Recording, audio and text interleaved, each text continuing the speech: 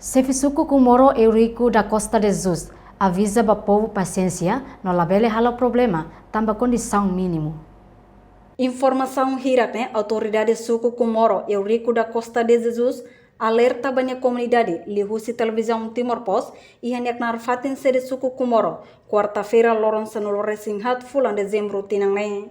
Relaciona o programa cesta básica no subsídio fim do ano nebe comunidade aldeia Balon Sidau Simo Sefi suku Kumoro Eurico da Costa de Jesus husu povo atu calma hodiheim no labele halo problema tamba condição mínimo.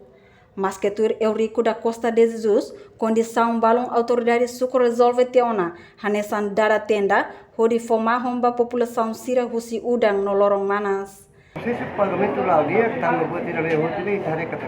Desordem itu a população, também necessidade de balo, população será quando é uma barra que mais rin e ali o normal, botando na tenda, udang botando, aí já é normal.